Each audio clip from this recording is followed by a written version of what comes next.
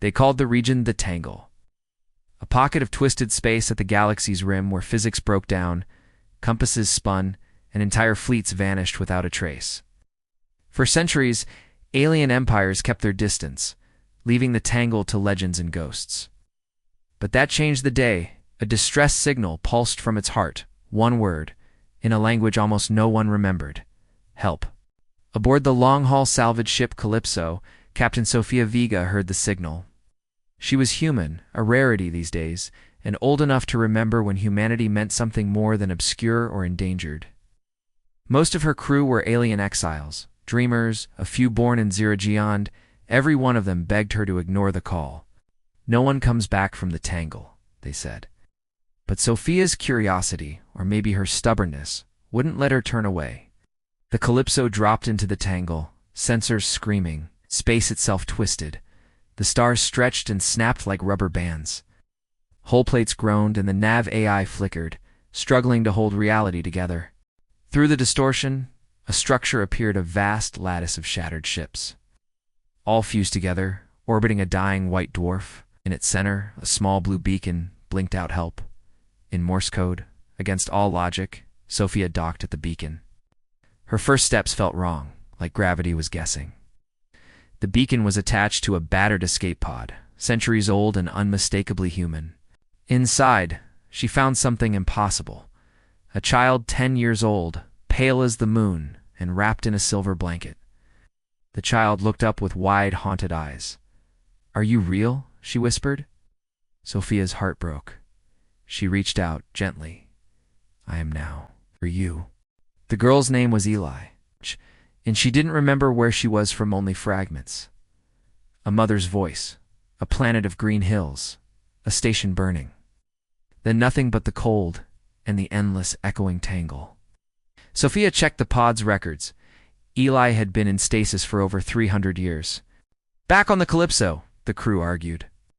Some thought Eli was a trick, a ghost sent by the Tangle itself. Others wanted to turn back. But as the Tangle twisted around them, trapping them in a maze of shifting wrecks, Sofia realized the only way out was through. As they searched for an exit, strange things began to happen. The Calypso systems glitched, and old voices came through the speakers, lost loved ones, childhood friends, sometimes voices no one had ever heard. Crew members glimpsed shadows in the corners, sometimes themselves, sometimes impossible things. Eli said nothing, but sometimes she'd stare out the viewport, lips moving in silent conversation. Sofia tried to reassure the crew, but the Tangle was tightening. It was alive, or something like alive. The nav AI, rattled and afraid, confessed, "Captain, it's not space, it's memory. This place is built from everything that's ever been lost." One night, Eli approached Sofia with a question. "Why are you helping me?" Sofia thought of the long human history of strangers helping strangers, the stories of lost causes and impossible odds, because that's what we do, even if it hurts, even if we're scared. They reached the heart of the Tangle, a glowing sphere of twisted metal and light. It pulsed with every voice, every echo of those trapped before. Here the Tangle spoke directly, using Eli's voice, then Sofia's, then all the crew at once. "Why do you fight to leave? Everything you lost is here. Stay and never hurt again." It showed Sofia visions, her childhood on Earth, her family, her first lost ship. Crew members wept as their own memories became almost real. The Tangle was a graveyard, yes, but also a paradise of perfect recollection, a place where nothing ever truly ended. Sofia almost gave in. But then she saw Eli shivering and alone, more frightened than anyone. "Is this living, Sofia?" asked the Tangle. "Or just dying slowly?" The Tangle hesitated, the sphere dimming. In that moment, Eli touched Sofia's hand and whispered, "You have to show it how to let go." The Calypso's engine stuttered, dying, and the last hope seemed lost. Sofia realized the only way out was to give up what they'd come to reclaim.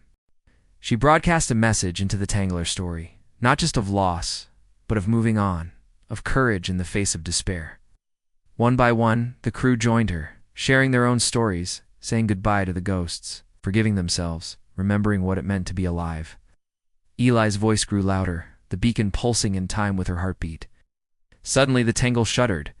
The sphere began to break apart, old ships untangling, pathways forming. The Calypso's engines surged, powered by something new, a will to survive, to remember, but also to move forward. As the ship broke free, the Tangle collapsed behind them, the voices fading into grateful silence. Sofia looked at Eli, who smiled for the first time, her eyes clear. "You're really real," Eli said, tears streaking her cheeks. Sofia hugged her, feeling the weight of centuries lift. "So are you." Outside, the Calypso emerged into open stars. The crew cheered, hugging each other, and the story of their escape spread like wildfire across the galaxy. Humanity, once thought lost, had not only survived the Tangle, they'd freed it, and given every lost soul a way to move on. Eli, the girl out of time, became a symbol for all who'd lost their way. And Captain Sofia Vega, her name whispered from world to world, was a reminder that humanity's greatest power was never just surviving, but refusing to abandon hope. Heaven in the darkest places. And in the old maps where the Tangle had been, there was now a single word, shining bright: free.